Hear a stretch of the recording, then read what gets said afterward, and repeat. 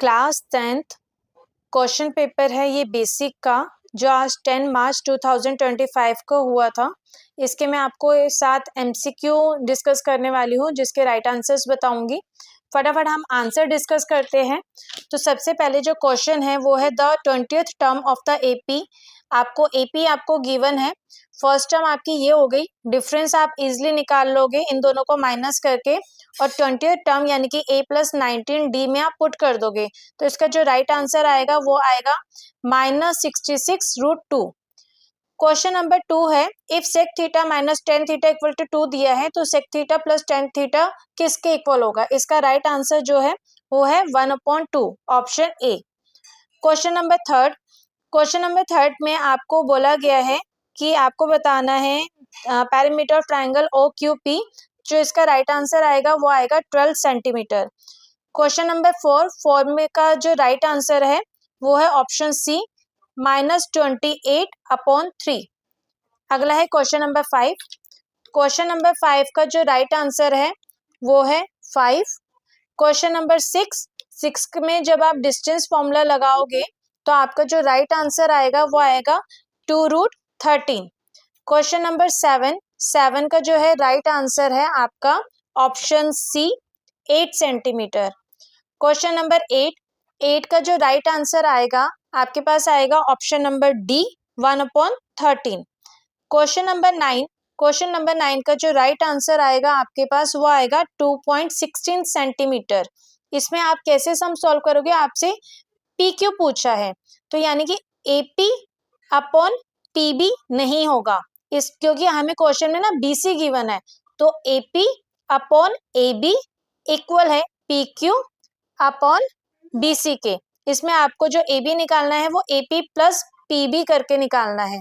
तो आपका कुछ 2.4/6 इक्वल में पी क्यू अपॉन 5.4। जब आप सॉल्व करोगे तो आंसर आ जाएगा 2.16। क्वेश्चन नंबर 10 में आपसे पूछा गया है कि O A P plus A P B किसके इक्वल होगा? बेटा इसमें ना ये जो हमारा ए और बी है ना वो तो हमारा 90 डिग्री होता है, और इस पूरे का आंसर जो होता है वो टोटल होता है 360 डिग्री। तो 360 में से जब आप 90 + 105 + 90 माइनस कर दोगे तो पी का आंसर आ जाएगा 75 डिग्री। लेकिन क्वेश्चन में आपसे ए और पी पूछा गया है, तो आप ए और पी को प्लस कर दोगे, यानी कि 90 + 75 डिग्री, तो आंसर आ जाएगा 165 डिग्री।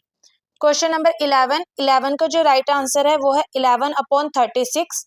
क्वेश्चन नंबर 12 का जो राइट आंसर है वो है आपके पास 25 सेंटीमीटर। इसमें कर्व सरफेस एरिया ऑफ कौन का फॉर्मूला लग जाएगा? πr/l। क्वेश्चन नंबर 13 का जो है राइट आंसर है वो है ऑप्शन सी 1/√5। अगला है क्वेश्चन नंबर 14 का जो राइट आंसर है वो है ऑप्शन सी √2। क्वेश्चन नंबर 15 का जो राइट आंसर है वो है ऑप्शन बी 3/8।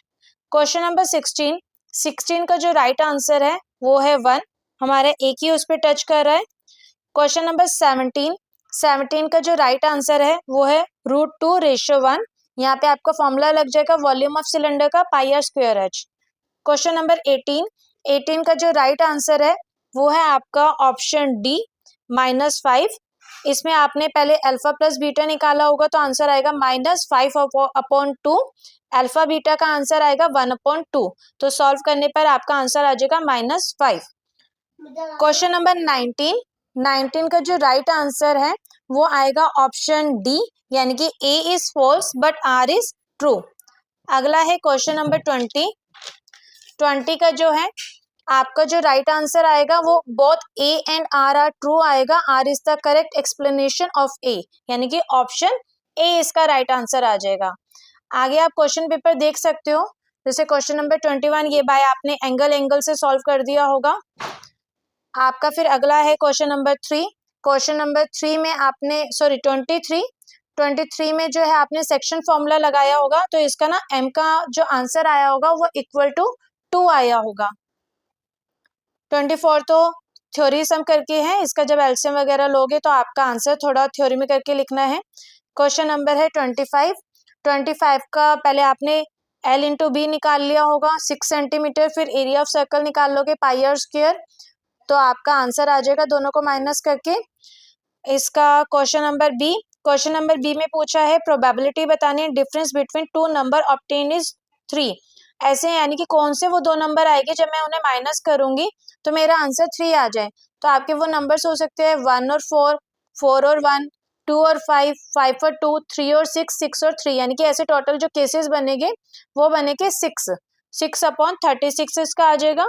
और सेकंड में पूछा गया था सम ऑफ नंबर ऑब्टेन इज 8, यानी कि अब ऐसे कितने नंबर है जिनको मैं प्लस करूंगी तो मेरा आंसर जो है 8 आना चाहिए टोटल। तो ऐसे जो केसेस बनेंगे वो 5 केसेस बनेंगे। तो इसका आंसर आ जाएगा बी पार्ट का 5/36। अगला ये है क्वेश्चन नंबर 26 का जो है पहले आपने मिड पॉइंट फॉर्मूले से सॉल्व किया होगा।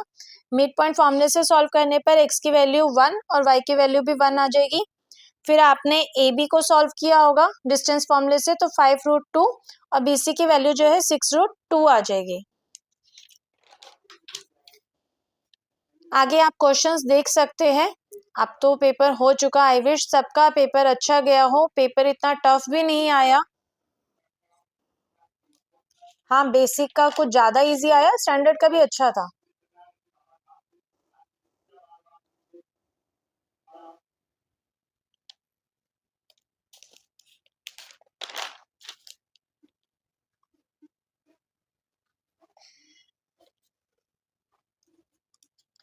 Thank you, God bless you.